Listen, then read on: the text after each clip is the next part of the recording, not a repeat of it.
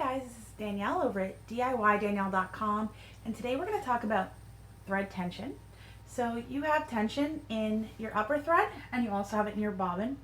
Usually you shouldn't need to change anything about your bobbin tension. I'm going to write a little bit more about in my blog post on DIYDanielle.com about the bobbin tension, but usually when you're having issues, we need to look at the top tension. So the tension is basically how tight the thread is held as it's going through the machine. So obviously the tension right here, you can see this really. So I'm holding this with no tension at all right now, right? So if I was holding it tight, this would be tighter tension. If your machine holds it too tight, of course your thread can snap, your needle can bend. I want to show you what the difference in tension, what a difference tension can make.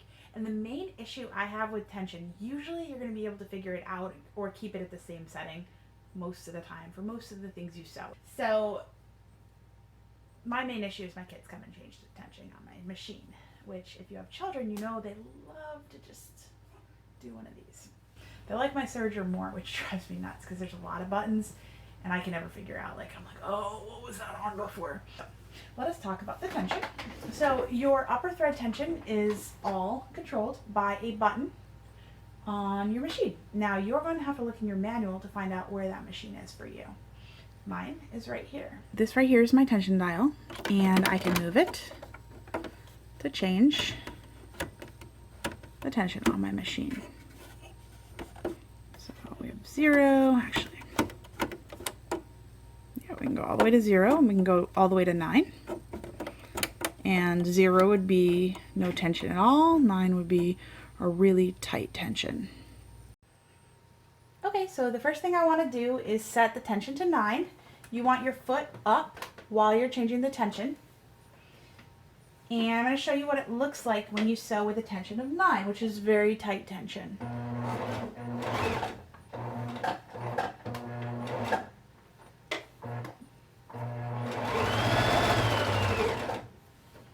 Okay. So you can see the fabric has started to bunch up at this part where I sewed it. On one side, the stitches aren't really looking even. On the other side, you could see the black or the brown thread coming up through the bottom. So this is not the right tension for your fabric. The problem with this is that it would be very easy for me to accidentally break these stitches, and of course the stitching doesn't look nice either. Okay, as you can see, I pulled this thread out. What I did is I just pulled it taut, the fabric taut. It broke the thread very easily, and I was able to pull the thread out, which sounds really good if you're trying to remove stitches, but not good if you're trying to sew something that'll last. So now I'm going to change the tension to a 4, which is generally whereabouts my stitching is. And let's take a look at this.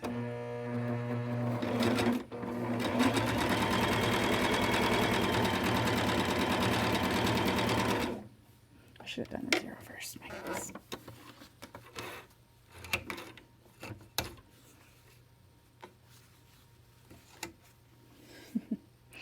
Okay, so as you can see, that's some pretty even stitching, and it is also even on the back. Okay, so the one downfall to this is that it's harder to pull out, which is good when you're sewing something. However, I can't remove it to show you the next. The next stitch is going to be a 0. Okay, so let's do the 0 tension.